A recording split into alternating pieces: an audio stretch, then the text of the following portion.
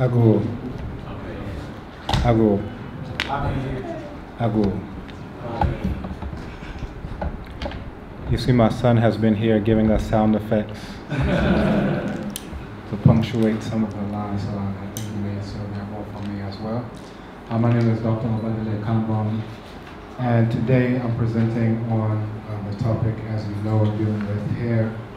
And I want us to consider African hair versus what I'm referring to as Eurasian fur.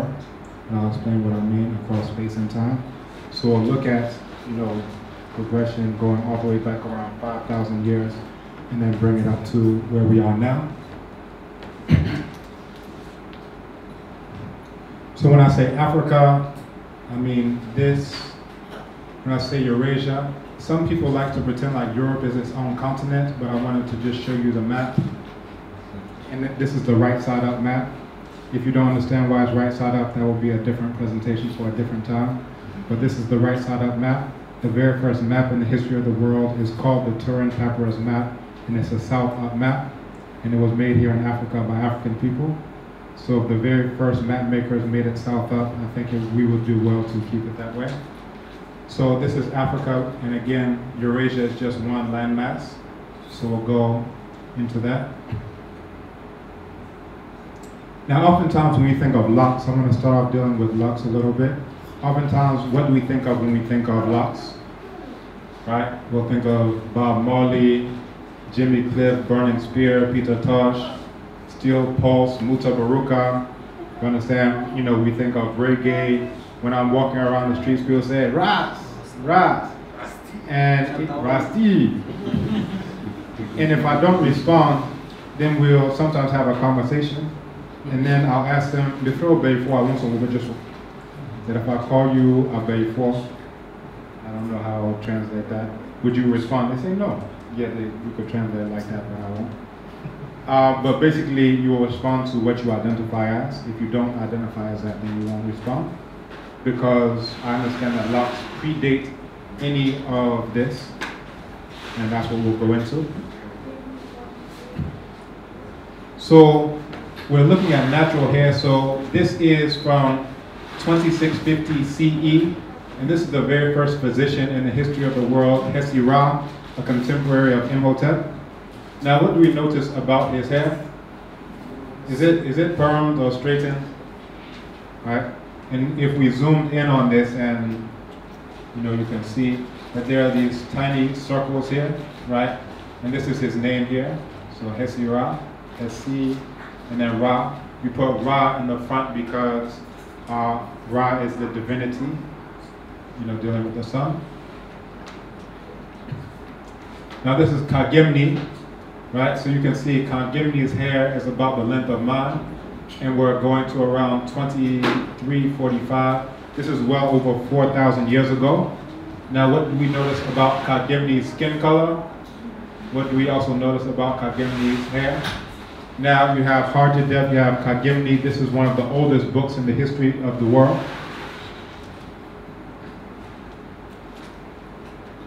Are you okay? Oh, you can't see from this side. You can't see from this side because of me? Yeah, so I should do some kind of back bend. Let's see if I can come to this one. So, you can watch. If I keep what?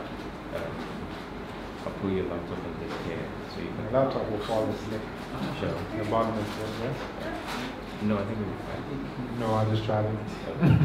And you can't buy me a new laptop when it falls, so. Should I put it here? So you can see. Oh, the camera or? No, this one. The laptop? Yeah. So I'm fine. Can you all see from where you are now? Then you need to go this way a bit. Okay. Yeah. Yeah. Okay. So I can go back or I stay? Are we okay? You're okay? Yeah. All right, so I'm fine where I am. Okay. So, and again, this is Kagimni, author of one of the oldest books in the history of the world. You have Harjadef, you have Kagimni, you have Ptah. And again, you can see what his hair looks like. Now, this is Ptah. He's the author of the oldest surviving book in the history of the world. Right?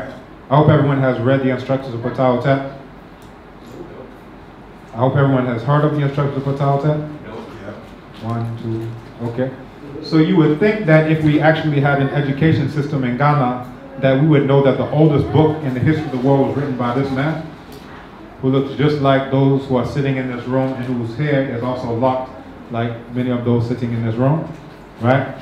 And you don't have to add anything, just show us the picture and then let us read the text, and that's plenty, right? However, we don't get that. In Ghana, what we get is miseducation, diseducation, and anti-education. So when I showed this to some of my students at University of Ghana, you know, I asked them, you know, how come, why do you think you didn't learn this? Now, if you knew that the oldest book in the history of the entire world, this is before China, this is before India, any of those, if you knew that that person looked just like you, do you think you would write better? I said, yeah, I think I would. Because I always thought that someone brought us writing. We didn't have writing, right? So this is what we're doing. And this is his name, Ptah Hotep. The divinity of creation is at peace. This is Pesachet. This is an image of the very first female doctor in the history of the world. How many people knew that the very first female doctor in the history of the world, one, was a black woman? How many? How many think that you would do better in your medical studies and science if you knew that the very first doctor was a woman who looked just like some of those seated here in this room, right? So Pesachet. And I just have a few references, so if you want to know more ancient Egyptian medicine, you can look up that text. This is Queen T. Hemnesut would be the term in Kemet. So here, you can see her hair, you can see her features. Is this a black woman? Because when they come out with the movies like Gods of Egypt, they don't look like this. So maybe they know better than the people who are living there. How many people think they know better than the people? No? No? No? The white Moses, some of you parting water, you didn't get that one? So this is what she actually looked like. This is her name here, T.E., right? And if you want to know more, black women in antiquity, AFRIKAN Black. And again, we're dealing with over 3,000 years. Now this is at the temple of Hatshepsut. And I like this picture because it looks like I just hopped right out of the mural and then stepped out here. So same color, and you see each and every one of them have locks. And this is on the expedition to Punt, the very famous expedition that Hatshepsut did to Punt, right? So again, we don't get these images growing up, but these, each and every one of these have locks, right? So if we think it starts with Bob Marley, then we're very, very sorely mistaken. Now if we go to the oldest spiritual text in the history of the world, so we ask, well, why do they have these locks? So someone like, I showed you Ptah Hotep, let's go back a few.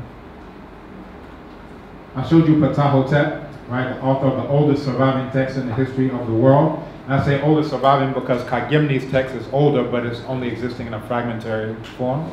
Harjadef's is older, but it's only existing in fragmentary form. So in Kemet, this is a text that's from Ptah Hotep on political science, social relations, philosophy, all of these things. So you don't start off your very first book with that. This means that there were so many texts before, but this is the oldest surviving one. But he had an option to be a ruler of Kemet, but he decided to follow the spiritual path instead, right? And this is what Lox has always meant in Africa, is someone who is a healer, a diviner, a spiritualist, right? Going all the way back to over 4,000 years ago. That's what it meant. Unfortunately, in Ghana, when people see Lox, they think it means ganja. You have ganja? Please, you have ganja. Would you like some ganja? You want some weed? So in the pyramid text, I found quite a few different references to locks being, hair being bound in a braid or in locks. So it says a God coming, this is from James Allen's translation of the pyramid text. And he translates it as a God coming with hair bound as the one who tends his father. He is the one who has stood up as Horus on the riverbanks, his two sisters Isis and Nephthys beside him. But you have all these references to hair being bound, being tied, all these things, and he translates it as a braid. But when you see it, you can see very clearly that these are locked. And this is like some Muta Baruka style, locks, and this is Amenemhat. This is around 3,000 years plus ago. And again, whose nature is hidden from the imperishable stars. Horus, the god with parted hair. I have parted the two locks of hair and joined together the two parts of hair. And this is what that would look like when you see this carved in stone. Now, the pyramid texts are the oldest texts in the history of the world dealing with spirituality. And then those were followed by the coffin text. And then here, I was set in it as son and daughter of Nut, she with the braided hair who bore the gods, such am I. And this is actually my own photo of the coffin text from when I was in Kemet. But in it is basically a replica of what you found in the pyramid text with some additions and a few subtractions. Again, namely a woman with braided hair, and that is how the man with braided hair and On, that's what they call Heliopolis, came into being. And again, from the coffin text. The hair of Isis is knotted to the hair of Nephthys, and this is the actual image of Alsar, who they call Osiris, and then the hair of Isis and Nephthys, what we will call Aset and Nebenhut. The book of Coming Forth by Day, this is Alsar, who they call Osiris. They say Osiris, the hair of Osiris is braided, and you always see him with the Atef crown, but in the text itself it talks about the hair being either locked or braided, things of this nature. And then this is just a mural. This is my own photo of the African who drove out. Some people have heard of the Exodus. Has anyone ever heard of the Exodus? Right?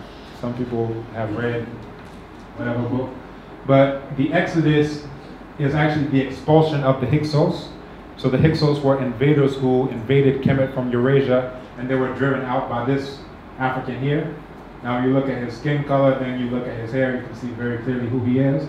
And then you can see other images of locks, depictions of locks. This one is the locks here. You can see either braids or locks. And then this shows you side by side. This is what it looked like in Kemet. This is a modern day, of course, photo. Kemet, modern day photo. Kemet, modern day photo. Now, again, I mentioned the spiritual, implications of this. So if you go all the way to South Africa, there were actually DNA studies that were done to show that the closest genetic relatives to the people of ancient Kemet, which itself translates to country or nation of the blacks, are found in both South Africa and what they call the Great Lakes region. That's Uganda, Rwanda, Burundi, so forth. And you see that they still have the locks, and these are those who are spirit mediums. So it still has a connotation of someone who has this connection to the spiritual, right? So these are the antennae that are used to connect to the spiritual, right? Oftentimes with cowrie shells, just like how you'll find in Ghana. If you go to Dada among the Yoruba, so they say Dada is said to be one of the deified Yoruba kings. His younger brother is believed to be Shango, the god of thunder who reigned as a king in Oyo. According to myth, Dada is one of the children of Yemoja, the goddess of the sea, the mother of fishes. Her other offspring include Shapanon, who is a deity of illness, smallpox specifically, as well as Shango, deity of electrical current. These gods are the grandsons of Aganju, described as the desert and the firmament. Dada, or the nature, is from the verb da, to create. Dada is the god of genius, of the newly born children. So basically what happens is that when children are born and there is noticed that their hair already has these locks in it, these curls in it, then those children, just as you see here, will not cut their hair, right? Sometimes they'll reach adulthood and then it's done in a ritualistic way. But you'll see all these children, Dada. And when I was in Nigeria, they would call me Dada Olo Eyo, which is Dada, the owner of cowrie shells. And the idea is that if you have Dada, then you bring wealth to the family. Again, this is a deified ruler of Yoruba. And then you find the same thing among the Akan, right? You see these locks, right? So we hear about Okomfanochi. Has anyone ever seen the statue of Okomfanochi? Right? What do you notice about how the hair is done? Locks, right? It's very important. So when we think of, oh, if you have Rasta, you must come from Jamaica. It's like, okay, so did Okomfanochi come from Jamaica and then conjure the golden stool, or what are we dealing with here? And this is from Rattray's text, Religion and Art in Ashanti. It says, again, children may be dedicated to a particular abosom who is then expected to protect them. The hair in such cases is allowed to grow long Into the strands is fastened every conceivable kind of charm. All such children are known as Bijnama, come and stay children. The little girl in figure 33 had a younger sister, also a come and stay child, but I was not allowed to photograph her. As the mother declared, her sum was so delicate that she could not run the risk of any being taken away in the portrait, right? But again, this is something, you know, Rattray in the 1800s, he's documenting locks before Bob Marley, before reggae, before whatever. And often give, you know, this type of connection from cocoa to chocolate. So cocoa is grown here in Ghana, we know this, right? But then it goes out for processing and it comes back and we don't recognize it. That's the same thing that's going on with the locks, right? The locks start here, and then African people who have locks are taken to Jamaica, taken to Trinidad, taken to other places, and then when they come back with reggae, we don't even recognize it because it's been processed somehow, right? I hope you're following along. So this is something that we need to be able to recognize what the source is, and we can again show documentation, iconography, going back 4,000, 5,000 years, but somehow when it comes back, we think, oh, it must have started in Jamaica, right? We have to get it straight. Hello. Yes? Can I say something? Yeah, go for it. But this thing, assurance, has been demonized. Mm-hmm. And I think that's where the problem starts from. Right. Right. So if we are really looking at rediscovery, Mm-hmm. then we have to find a way of re-identifying with our religions also, Mm-hmm. and then to see if there is some purity, some form of purity, Mm-hmm. how it makes us human or not. Mm-hmm. And if there's nothing in there, or there's like it has its own thoughts, we can learn and then adapt, work things out, and where something lacks, we can put in the positive. But then the demonization of African traditional religion is where the problem is. And so now we have lots of churches, and so it's not, you might not really find it comfortable as a human being, as a black person, to wear locks out, because the first thing, or the first way I perceive is probably you are from a traditional home, and people look at you in a very awkward way. So all of those negative things are attached to like black people keep their hair the way they want to keep it. It's locked. And the other styles also. So religion also plays a role in here. So how do we go about it? Because it's just Christianity that has demonized African traditional religion. Well, and I'll actually touch on this as something more comprehensive. So the religion is one aspect of many different aspects, but it is a comprehensive self-hatred industry. We have to start looking at the political economy of self-hatred. So there's a quote by Nana Malcolm X, where he says, "Who taught you to hate the color of your skin? Who taught you to hate the shape of your lips? Who taught you to hate, the broadness of your nose? Who taught you to hate yourself from the top of your head to the soles of your feet? Before you ask me if I'm teaching hate, ask you who taught yourself to hate what the Creator made you," right? So when we look at what happens after you start to hate your own spiritual systems, that's one. Your own clothing, that's another. Your own skin color, that's another. Your own hair, that's another. And I would say this is a multi-pronged attack on every single thing that's black, every single thing that's African. So religion is one, and we shouldn't discount that, but it's one among many, many, many, because we have to start thinking about who originates that thought that being black is bad. When you think about who originates it, then we have to start thinking about who benefits from that. And the easiest way to look at it is seeing who benefits economically, because he was going into some of the economics behind it, that once you think your hair isn't good, well, now who do you have to go to get the chemicals to make it quote unquote good? If you think your clothes aren't good, now who do you have to go to get the obroniwewu, right? If you think your spirituality isn't good, now who's going to sell you Bibles by the tons? So it's multifaceted, and I'll come to that as well, and we can have that in the discussion. So we use the term hair, and I'm asking a question: hair or fur? Which one is this? Is this hair or is it fur? Which one is this? If I blindfold you, they used to do taste tests for Coke and Pepsi. We'll do a tactile field test, and then I'll ask you which one is hair and which one is fur. You can see the eye color is even the same here. Look at this one. We'll do the field test. Which one is hair? Which one is fur? Look at this one. Look at this one. Look at this one. Now this one takes the cake, right? They say, hey, baby, turn around. Oh, brony, me brony. Then you turn around.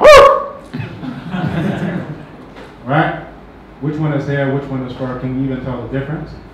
Now, there was an article that came out in National Geographic a couple of years ago where it mentioned that Europeans and Asians, what I would say is Eurasians, because again, Eurasia is just one landmass. Europe is not a continent.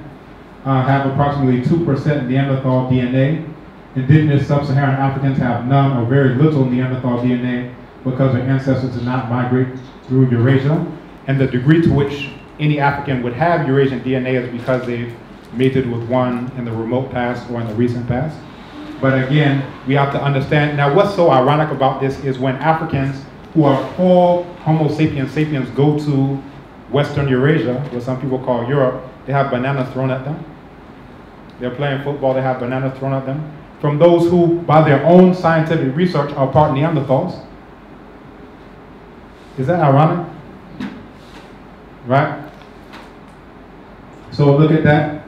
So this is again what I was alluding to earlier, the self-hatred industry. Are we actually imitating white Neanderthals, or are we imitating those dogs that we saw in the slide before? Or do we even know? Right? Are we trying to be a Neanderthal, or are we trying to be a dog? So look at this. She had human hair, full Homo sapien. When I say human, I mean 100% full Homo sapien sapien hair. And she has made it into the fur of a horse, or a dog, or a cat, or a pig, right? Or any other type of mammal. Because only full Homo sapiens sapiens have full Homo sapiens sapiens hair. Everyone else has something slightly Neanderthal. We can even look at our esteemed Savo Kantanka. People don't say this so much, but you can look. And also the bleacher creature, that's another aspect of the, self-hatred industry. Daddy Lumba, John Dumelo, right? This is his store in Accra Mall. And he's like, okay, if you hate yourself, I'm gonna cash in on this self-hatred industry. Right? He's just gonna get some of the peanuts because we saw where the big money is. Right? And if I wanted to be rich, I know how to be rich. If I want to be a millionaire, I know how to be a millionaire. I'll just get the fake fur. I'll get the bleaching cream. Next time you see me, I'll have my own private jet. And I'll sell it out of a church.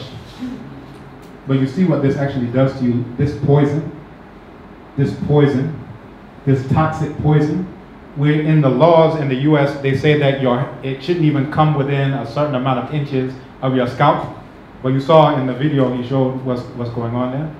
And then the women are getting fibroids, they're getting breast cancer, they're getting all kinds of cancers left, right, front, and center, and they don't know why, right? They do autopsies of women who dye their hair these different colors, and when they go into the brain, it's the same color. Did they think that this is waterproof, bulletproof? What is this? No, it permeates. And this is a continuation of what's called the divine chain of being to unilineal evolution and social Darwinism. So the divine chain of being was the original version where they said, here you have God, then angels, then white men, then white women, and then birds, fish, other animals, trees, rocks, all the way down to the black devil, right? So you're trying to grow up. When they talk about development, we never ask the question, develop from what into what? Are we supposed to be developing from Africans into Neanderthals? What are we doing? Right? Now, this was the social Darwinism, so this one is a chimpanzee, gorilla, orangutan, and Negro. This is how it's depicted.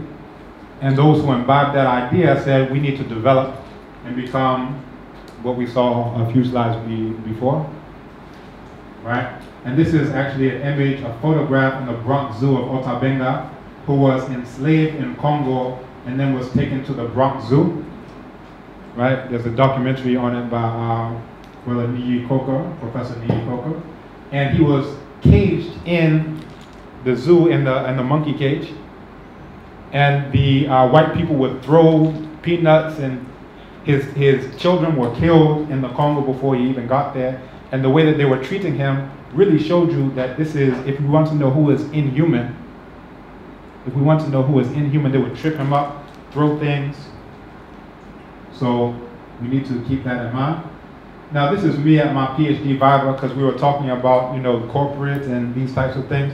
So when I'm doing my PhD, you see what I have on. I have my cloth, I have my Ifa beads, this is Asuja beads, this is Eshu beads. You understand? So when I did my job interview, I also came with my cloth, I came with my Ifa, with my Abosom beads, and the head of my department said, "Oh, are you trying to scare us?" This is African studies, of all places. I said, "Are you trying to be scared?" But again, the way you approach and the way if you interact with confidence, then I ended up getting hired. And matter of fact, the whole job interview was, "Oh, we heard that you speak Chi. Can you do this job interview in Chi?" So the whole interview was just in Chi about how I learned Chi. So it would have been different if I said, "Oh, well, I better cut my hair because I'm going to." You understand?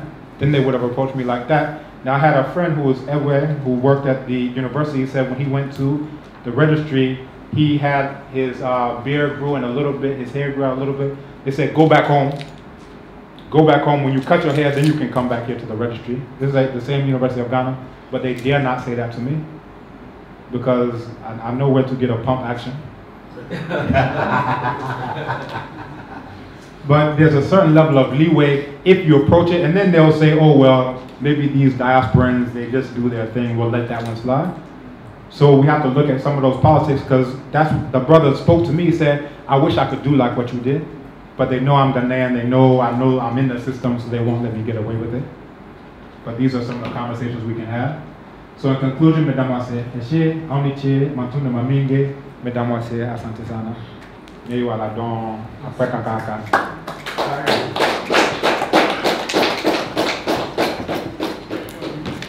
Thank you very much. You mentioned diaspora, and I would like